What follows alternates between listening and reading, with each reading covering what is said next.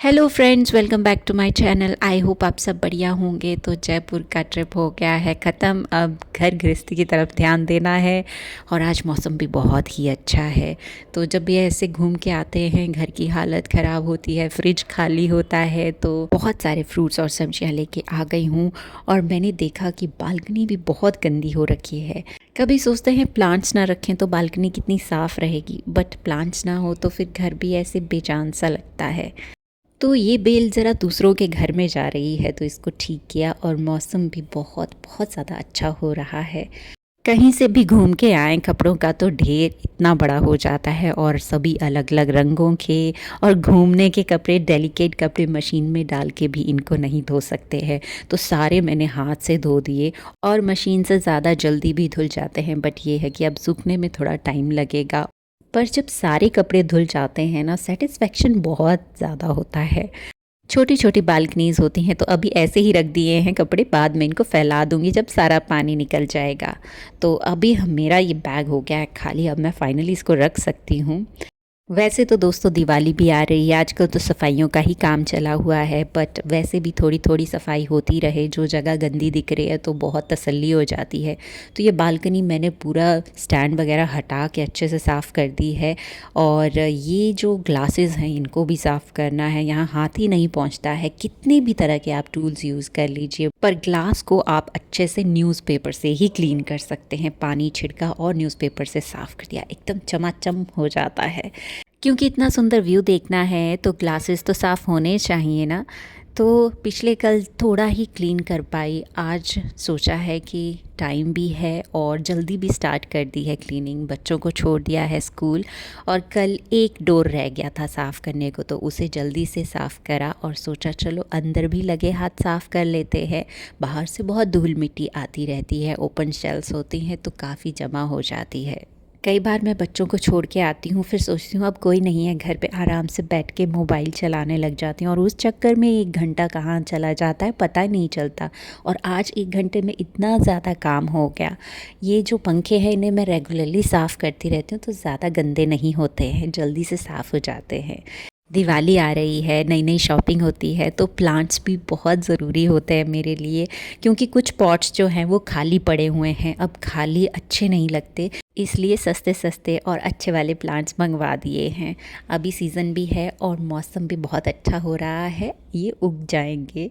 इस तरह का मौसम जब भी होता है मुझे अपने मायके के दिन बहुत याद आते हैं, क्योंकि वहाँ पहाड़ों पे घर होता है और सामने पहाड़ दिखते हैं, बादल दिखते हैं और चाँद भी दिखता है, बहुत अच्छा लगता है। तो दोस्तों एक नया दिन शुरू हो चुका है, और आज हमारी छोटी सी फ्रेंड्स के साथ गेट टुगेदर पार्टी है। रिधा को भी साथ में ले जाना पड़ा, क्योंकि इसे स्कूल भेजूंगी तो फिर लेगा कौन इसे स्कूल से, तो इसलिए इसे भी साथ में लाना पड़ा। वो भी खूब इंजॉय करती है इस तरह आके, और सबसे खूब सारी बातें करती है। तो अभी हम अपने रेस्टोरेंट में पहुंच चुके हैं, और सब अपना अपना फ़ोटो वीडियो वगैरह लेने में बिज़ी हो गए हैं। और मज़ा भी आता है, एक नॉर्मल रूटीन जो होता है हम गृहिणियों का, उससे थोड़ा सा चेंज हो जाता है। अदरवाइज़ तो यहाँ कोई रीज़न नहीं है बाहर निकलने का, सामान भी घर पे ही पहुँच जाता है। और साथ ही में अच्छे अच्छे कपड़े पहनने का भी मौका मिलता है, अदरवाइज़ तो टी शर्ट और लोअर्स में ही सारा दिन बीत जाता है। तो देखिए वॉशरूम में इतनी अच्छी पेंटिंग कर रखी है, मुझे तो बहुत सुंदर लग रही थी, तो थोड़ी बहुत वीडियोस ले ली। तो फिर आके बातें तो हुई ही, बहुत सारी गेम्स भी खेली और बहुत मज़ा किया, अच्छा अच्छा खाना खाया। और एक बहुत ही सुंदर और यादगार मेमोरी भी बन गई है। और इसी के साथ एक एनर्जी भी मिलती है, जब हम इस तरह का टाइम स्पेंड करते हैं आके, फिर हमें अपना घर और भी अच्छा लगने लगता है। तो आ गया है अगला दिन, और बच्चों को स्कूल छोड़ने के बाद जैसे ही मैं घर वापस आई अपने काम में लग गई हूँ। अब की बार थोड़ा सा टाइम सेट करा है मैंने, ज़्यादा मैं यहाँ टाइम नहीं स्पेंड करूँगी क्योंकि घर के और काम भी होते हैं। तो अभी जल्दी से जो सारे प्लांट्स हैं उनको मैं लगाऊंगी, और जो दूसरे प्लांट्स हैं उनमें भी फर्टिलाइज़र देना है, क्योंकि ये बहुत ज़रूरी था और काफ़ी दिनों से पेंडिंग था। मुझे बहुत मज़ा लगता है ये सब काम करने में, और इसी कारण से बहुत ज़्यादा टाइम मैं बस इसी काम में लगा देती हूँ। तो देख सकते हैं आप बहुत सारे पॉट्स खाली पड़े हुए हैं और अच्छे नहीं लगते हैं, एक के ऊपर एक रख के ऐसे रखे हुए थे। अब सारे भर चुके हैं, सभी में प्लांट्स हैं। अब देखते हैं कुछ दिनों तक कितने प्लांट्स रहते हैं और कितने फिर से सूख जाते हैं। बट अपनी तरफ से पूरी कोशिश करना, मुझे ऐसा लगता है हमारे हाथों में है, आगे सब उसके हाथ में है।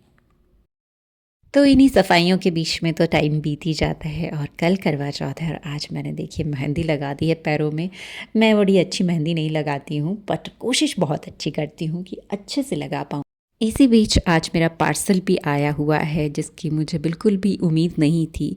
ये मीशो से मैंने अपने लिए परांदा मंगवाया हुआ है और बहुत सारी चीज़ें एंड मोमेंट पे मंगवाई हैं, इसलिए हो सकता है ना पहुँचे करवा चौथ के टाइम।